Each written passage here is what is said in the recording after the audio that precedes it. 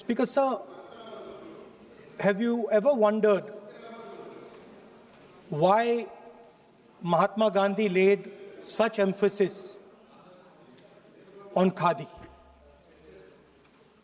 Why was it that he framed the entire Indian freedom struggle around the concept of khadi? And why is it that he only wore khadi? Because khadi is not just a cloth. Khadi is the expression of the people of India. It is the imagination, it is the sentiment, it is the productive force of the people of Aaj pehnaun khadi. It is the expression of the people of India. Speaker, sir, whichever state you go to,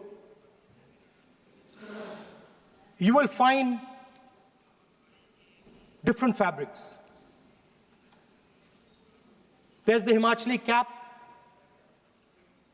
Assamese gamcha, Banarsi sari, Kanchipuram sari, Naga jacket, and you will find that all these fabrics represent the people. When the people of Assam give you the gamcha, they're not just giving you a piece of cloth. They're giving you an expression. They're giving you a piece of their history, their tradition, their future, their imagination.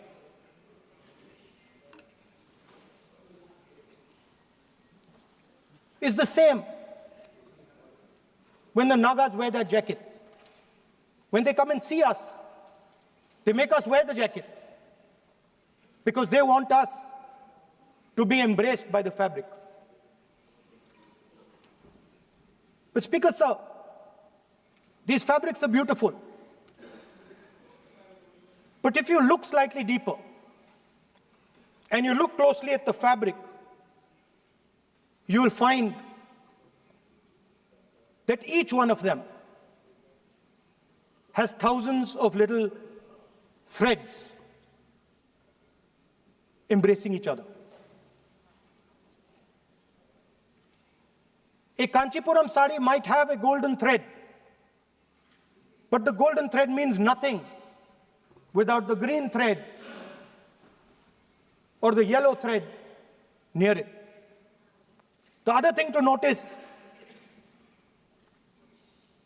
about the sari or any other fabric is that all the threads are equal. No one thread is superior to another thread. They all come together. The threads cannot protect you. The threads cannot keep you warm. But when they come together as a fabric, they can keep you warm, they can protect you, they can express what you have in the heart. Speaker, sir, in the same way, our nation is also a fabric. It's a fabric made up of 1.4 billion people, and the fabric is woven together by the vote. Let me repeat it. It is a fabric of 1.5 billion people, and it is woven together by the vote. Everything that we see, in fact, this house where I'm standing today, the Lok Sabha, Rajya Sabha, Vidhan Sabhas across the country, Panchayats across the country, none of them would exist if the vote did not exist. We talk with great pride about HAL, BHEL, ONGC, Tejas, Chandrayaan. We have a list of things we say. Not one of those would exist without the vote.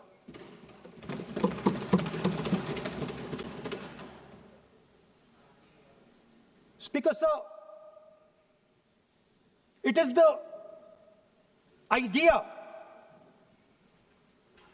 that every thread, every person in the Union of India is equal that disturbs my friends in the RSS.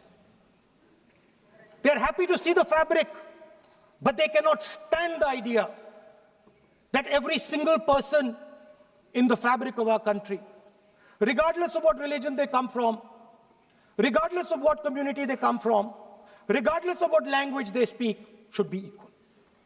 Because they fundamentally do not believe in equality. They believe in a hierarchy, and they believe that they should be on top of that hierarchy. Speaker, sir, on the 30th of January, 1948, 3 bullets pierced the chest of Mahatma Gandhi. Nathuram Godse assassinated the father of our nation. Today, our friends do not embrace him. Today, our friends have pushed him away. He's an uncomfortable truth. But that's not where the project ended. You see, as I said, everything has emerged from the vote. All the institutions have emerged from the vote. So it's obvious that the RSS has to capture all the institutions that have emerged from the vote. So the project, after Gandhiji's assassination, the next step of the project was the wholesale capture of India's institutional framework.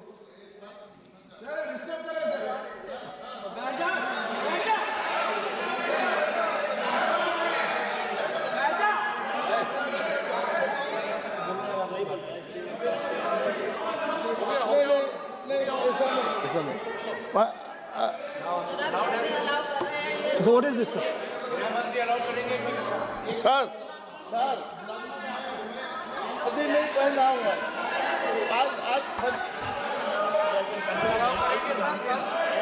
I'm doing. मैं बुलाता हूँ please बैठिए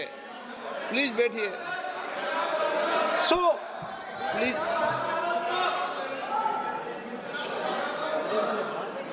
sir,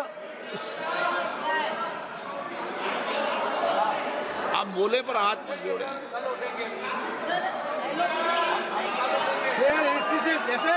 sir, these are uncomfortable truths, but they have to be spoken.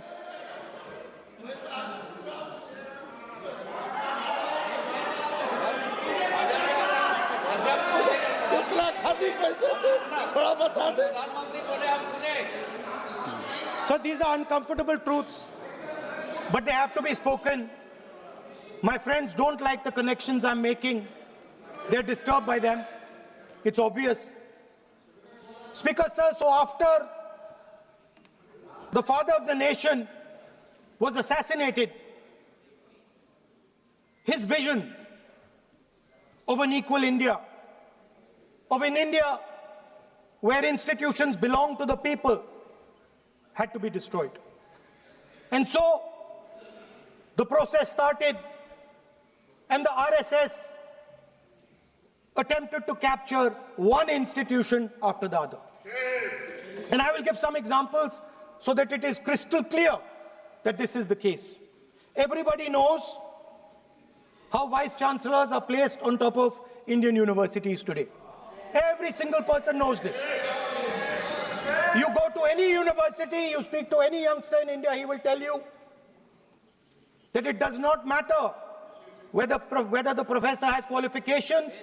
It does not matter whether the professor has a scientific temperament.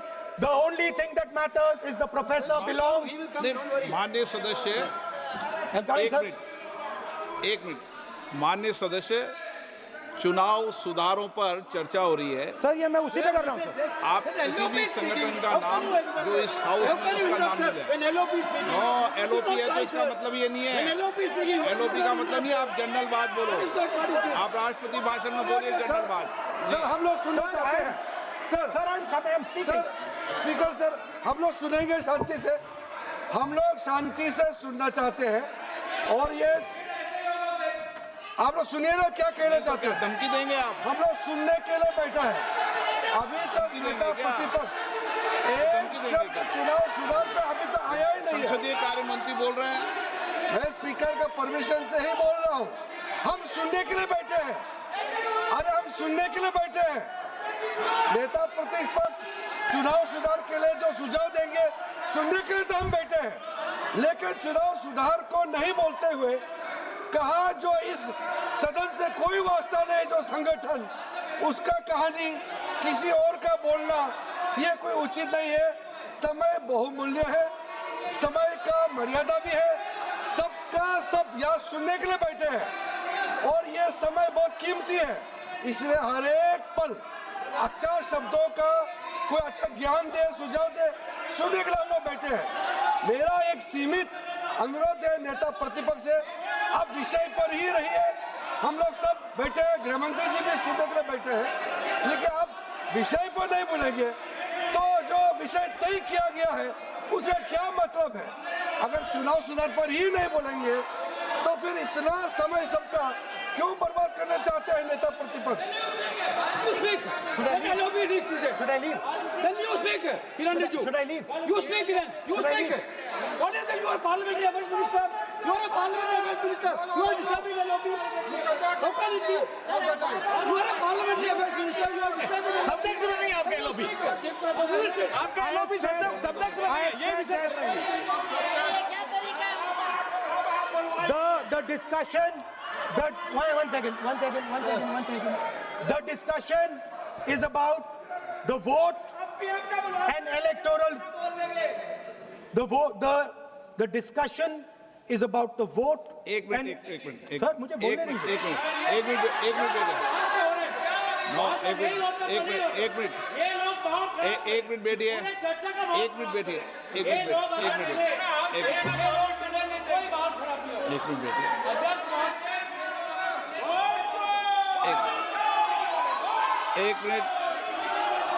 एक minute बैठिए. माननीय सदस्य मैं बैठे बैठे अनऑफिशियली बोल रहे हैं, उस विषय बोल रहे हैं। सदन की गरिमा को बनाए रखें, आसन को चुनौती देने का प्रयास मत करिए, ये ठीक नहीं है। Speaker sir, I want to make it very clear. Please. Speaker sir, I want to make it very clear. The discussion is about votes. The discussion is about the stealing of votes. The discussion is about the SIR, and I am framing my discussion about votes. Yes. And what is happening here is patently unfair. I am not being allowed to speak. I am being disturbed, and I put my protest here. I have done absolutely nothing wrong. I am talking about the subject. In order to capture the vote, you have to capture institutions. I am saying that institutions of India are captured, and I will come to the point, which is Election Commission is captured. So, the project of the RSS was to capture the institutional framework of the country, and I said how the education system has been captured. Vice Chancellor after Vice Chancellor after Vice Chancellor is placed not on merit, not on capability, not on scientific temper, but on the fact that he belongs to a particular organization.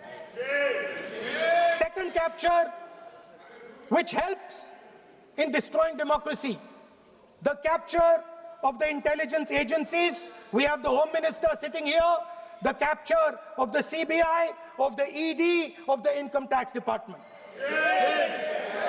And the systematic placement of bureaucrats who favor their ideology and attack the opposition and anybody who chooses to oppose the RSS. That is the second institutional capture. And the third there are many more. I can go on. And the third institutional capture. What is this?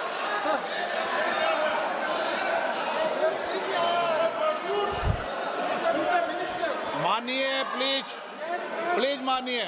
Yes, become sonite.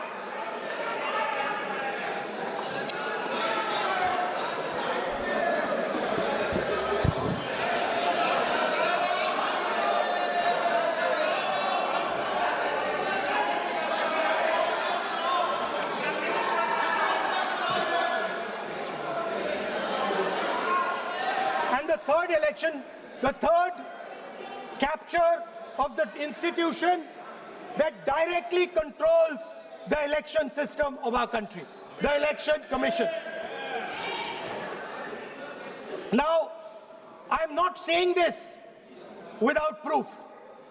I have put forth adequate proof about how the Election Commission is colluding with those in power to shape the elections.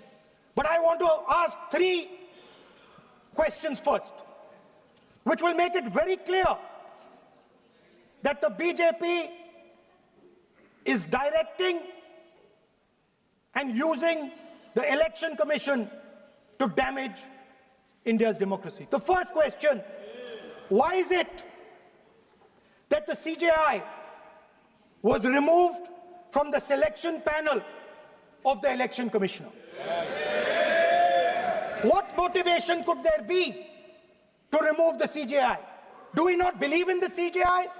Of course we believe in the CJI. Why is he not in that room? I sit in that room. It is so-called a democratic decision. On one side, Prime Minister Narendra Modi and Mr. Amit Shah. On the other side, the leader of the opposition. I have no voice in that room. What they decide is what happens. So the first question, why is the Prime Minister and Amit Shah so keen on choosing exactly who the Election Commissioner is going to be? Second question, and even more devastating question. No Prime Minister has done this in the history of India. In December 2023, this government changed the law. They changed the law to make sure that no election commissioner could be punished for any action they take while they are election commissioner. Yes.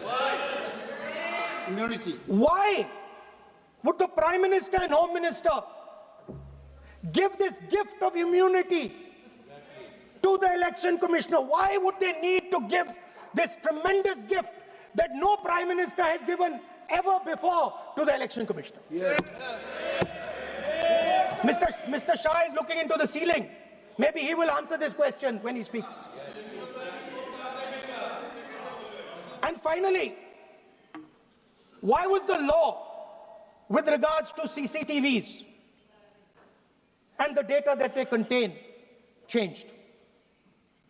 Why was a law put in place that allows the Election Commission to destroy CCTV footage 45 days after the election? What is the need? The answer given is it is a question of data. It is not a question of data. It is a question of stealing the election. Now, what is the result of this institutional capture? What is the result of controlling the Chief Election Commissioner and the Election Commission? First of all, we have a set of election campaigns that are tailored for the Prime Minister. 3-month, 4-month, 5-month long campaigns are taking place so that the Prime Minister's schedule can be fitted in to the program. Second, we have a Brazilian woman who appears 22 times on the voter list of Haryana. Please. No. 22 times this lady appears. एक minute. एक minute please, एक minute. आप नेता प्रतिपक्ष है, मैं इस तरीके से सदन की कार्रवाई नहीं चलने दूंगा। ये सदन है, सदन की गरिमा को बनाए रखें। आप सदन की गरिमा से बोलेंगे तो ठीक, नहीं जैसे सदन नहीं चलेगा। नो, गलत तरीका है आपका, नहीं होगा। आप ले रहिए, आप ले रहिए। नहीं, माननीय प्रतिपक्ष के नेता, आप पहले अपने सदस्यों को समझाइए। नहीं चलेगा, नहीं, ठीक नहीं है। नो, नहीं, बिल्कुल नहीं चलेगा। अगर आप सर माननीय प्रतिपक्ष के नेता, आप अपने सदस्यों को गरिमा समझाइए। सर, बट ये तरीका आप इतने सालों तक यहाँ पर हैं, ये तरीका उचित है क्या? सर, विरोध का तरीका होता है, लेकिन ये उचित तरीका नहीं है। तरीका इधर भी हो, नो, उधर का तरीका क्या है सर? नो, सबका तरीका उधर से होगा, उधर से भी बोलेंगे, इधर से बोलेंगे, सब जगह से बोलेंगे। Speaker sir, I don't agree with the showing of photographs here, but it is a reflection of our democratic structure. This is what is happening in our democracy, that you're not allowing us to show. This Brazilian woman has appeared 22 times on the voter list in Haryana. And not only that, there is one woman whose name has appeared 200 times, more than 200 times in one booth in Haryana.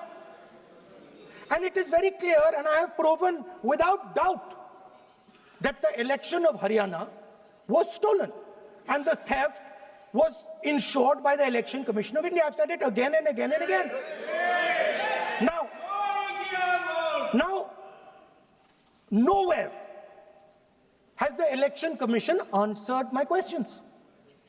The Election Commission has not told me why this lady's picture has appeared on the polling list. They have not told me why lakhs and lakhs of duplicate voters are existing. They have not told me why a BJP leader is coming from Uttar Pradesh to vote in Haryana. These are straightforward questions. And there is clear proof which I have put in front of the country. Right? But the Election Commission has no answer to these questions. And that is the result of the complete capture of the Election Commission by the people across the aisle. By the way, you're talking about SIR in Bihar. Let me say something about SIR in Bihar. Why is it that after the SIR in Bihar, 1.2 lakh duplicate photos are existing in Bihar, in the voting list? If you've cleaned up the voting list, why are there 1.2 lakh duplicates in Bihar? And we've not just proven this about Haryana. We have proven this in Karnataka, we have proven this in Maharashtra, and I'm absolutely certain this is how you're winning elections in Madhya Pradesh, in Uttar Pradesh, in Bihar, across the country. Now, so what I'm putting on the table is, it is very clear that you've captured the institution. I've shown the mechanism of that capture. I'm also showing you how the Election Commission is doing things that are completely out of line. I'm not getting any answers.